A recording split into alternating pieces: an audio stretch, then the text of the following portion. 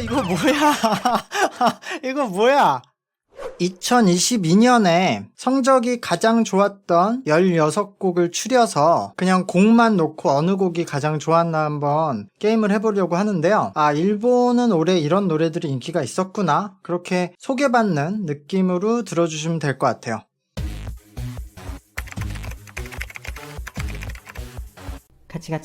같이 고! 나오는 건 랜덤인 거 아시죠?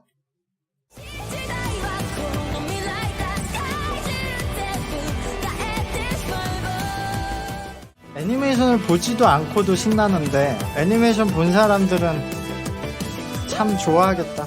원피스 필름 레드의 주제가였던 아도님의 신세계라는 곡이죠. 여기 그 우타라는 멤버가 부른 8곡을 다 아도님이 불렀고, 원피스가 워낙 인기가 있는데다가 아도님도 인기가 많은 상태에서 그런 콜라보를 했기 때문에 사실상 일본의 후반기를 접수했었던 노래죠. 그리고 이 16곡은 제가 임의로 뽑은 게 아니라 그냥 성적대로 가져온 거예요.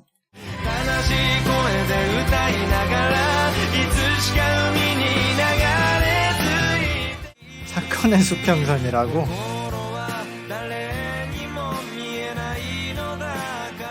제 기억에 어느 일본의 뭐 학생들 콘테스트 그런 대회, 그게 이제 코로나 때문에 무산이 됐어요. 그 대회 자체가. 그래서 거기에 출전하기로 했던 학생이, 그리고 백넘버 팬이었던 그 학생이 팬이 백넘버한테 편지를 보내서 코로나 때문에 아무것도 할 수 없고 만나지도 못하는 게 뭐 슬프다, 그런 그 편지를 보고 나서 백넘버가 이거에 대해서 답장을 하고 싶은데 우리는 음악가니까 음악으로서 답장을 하겠다. 투표는 굉장히 팽팽하네요. 뭐야, 왜 50대 50이야?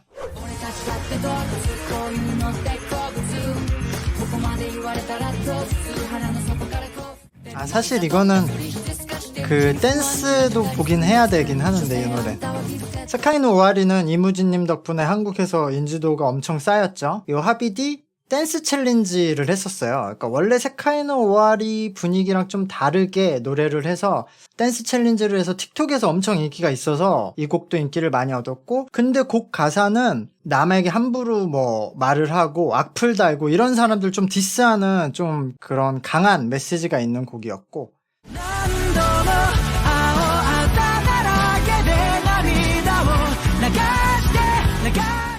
밴드의 이런 일본 밴드 특유의 이런 페스티벌 락 같은 느낌은 비슷하죠. 그 도쿄 리벤져스 오프닝 곡이었죠. 이 오피셜이게 단디즘의 크라이 베이비는 이 도쿄 리벤져스도 잘 됐고, 그래서 되게 잘 됐던 노래예요. 자, 올해 신인왕 갑니다.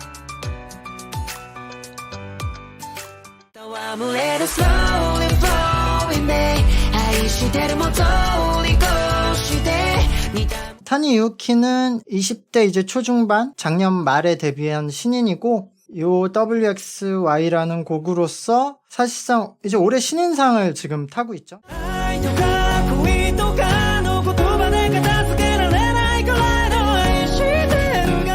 노벨브라이트는 우리나라에도 좀 익숙한 그런 발라드 형태의 밴드 음악을 하는, 어떻게 보면 MC 더 맥스 같은 그런 음악을 하는 밴드예요. 활동한 지 좀 됐고 인기가 어느 정도 있는, 뭐 인기 있는 밴드 그룹에 합류한 팀이거든요.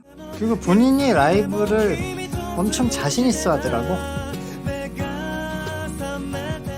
아이하고 코이하고 다른 건가 보네요. 아이는 그냥 사랑, 코이는 그 중에서 남녀 간의 사랑을 따로 말해요. 그러니까 한국에서는 그게 없죠. 근데 일본에서는 그렇게 분류가 돼요. 제가 2021년에 일본의 가수로 선정을 했었던 유리님의 베텔기우스, 이거는 작년 말에 나온 노래인데요.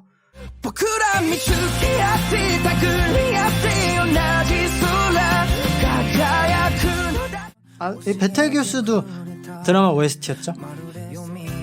이 노래는 진짜 가사를 너무 잘 만들었어. 베텔기우스. 별 이름이에요. 베텔기우스가 오리온 자리에 있는 별. 이 가사에 대해서 엄청나게 얘기를 하면서 리뷰했던 영상이 채널에 있거든요. 가사가 진짜 좋은, 그 별 자리의 위치에 이 인간의 관계들을 비유한 가사들이거든요.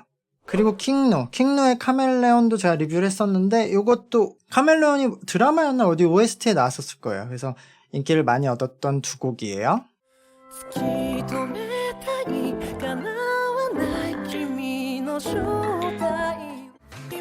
이 노래도 제가 리뷰할 때 엄청 열정적인 리뷰했던 기억이 납니다. 킹누 뜻이 뭐냐면요, 누, 그 아프리카의 염소 같은 거 있잖아요. 라이온킹에서 그 심바 아버지 치어 죽이는 그 동물이 누인데 그 누들의 왕.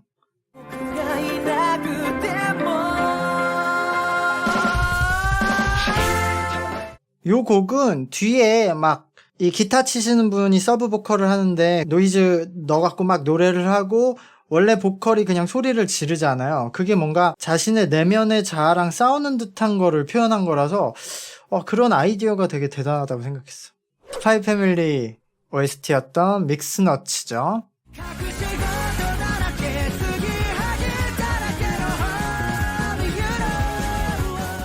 다 사실상 락 베이스 보컬들이네, 오늘 나온 팀들.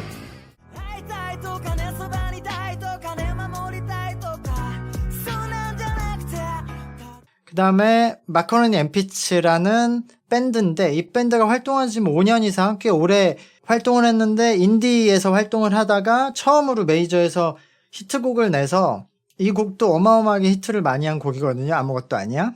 이 노래도 이제 틱톡 같은 데서 배경음이나 커버로 인기를 엄청 얻어서 방송에선 거의 안 틀어줬는데도 올해 일본에 그런 곡들이 늘고 있어요. 방송에서는 안 나오는데 이런 연간 베스트에 들어갈 곡들이. 이거 뭐야? 이거 뭐야? 이렇게 나온다고? 극장판 주술회전의 뭐 주제가라고 봐야겠죠, 오프닝송. 근데 둘의 노래는 전혀 달라, 분위기.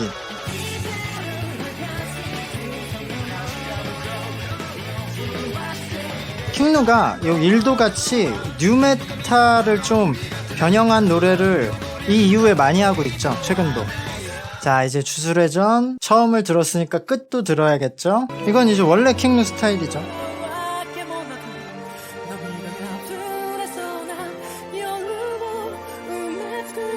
저는 주술회전 제로를 봤거든요. 보니까 역시 감정이입이 훨씬 잘 돼. 현재 일본, 지금 이 순간 일본에서 1위를 하고 있는 곡이죠. 서브타이틀.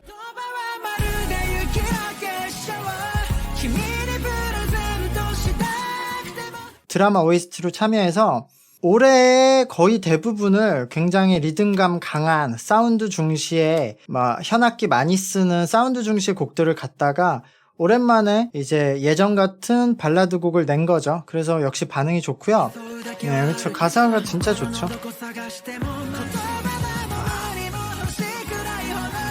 기계다는 노래가 안 끝나, 멜로디가.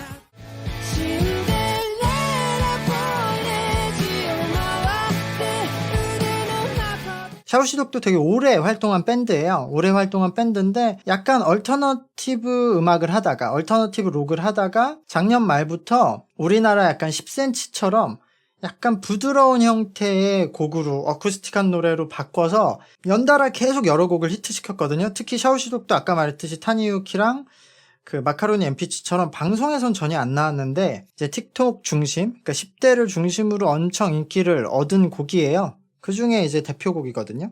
신데렐라 부이도 나중에 이제 가사 읽어보시면 재밌어요.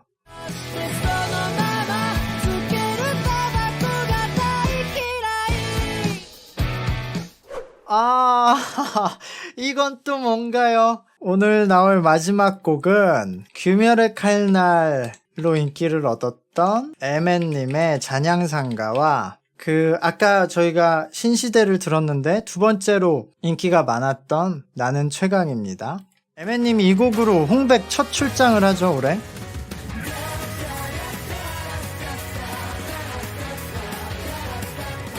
귀멸의 칼날이 인기 있을 것인가, 원피스가 인기 있을 것인가. 어쨌든 에멘은 굉장히 오래 활동하고 일본에서 애니 OST를 굉장히 많이 했죠. 근데 귀멸의 칼날이 소니 뮤직에서 판권을 사서 한 거거든요. 그래서 에메가 소니 뮤직 소속이기 때문에 에메를 이 곡을 부르게 해서 결국에는 홍백의 첫 출장을 시키는 거죠.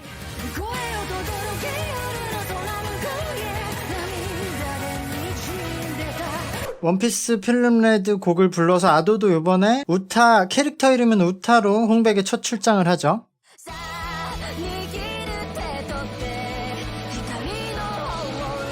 거의 뮤지컬 애니 같은 형식 아닐까요? 노래가 그렇게 많이 나오니까. 일본의 밴드 미세스 그린애플이 만든 노래라서 그 원작자 버전도 나왔죠.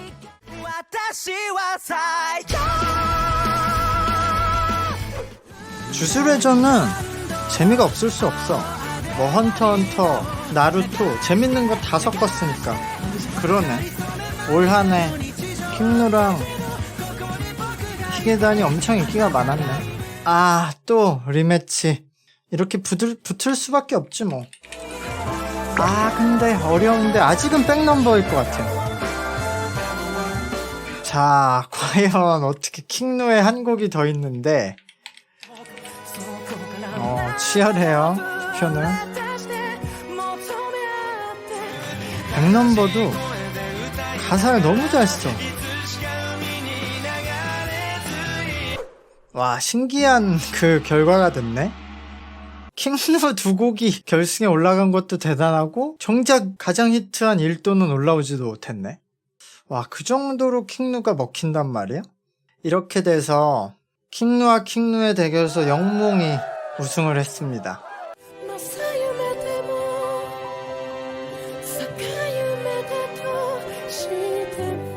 이렇게 오늘 나온 16곡만 알고 계시면 이제 최신 J-POP은 어디 가서 안다고 하셔도 되고 핵심 요약이 된 곡이었으니까. 스밍 순위에 아이돌 노래가 없는 이유가 자니즈는 스밍에 등록을 안 하거든요.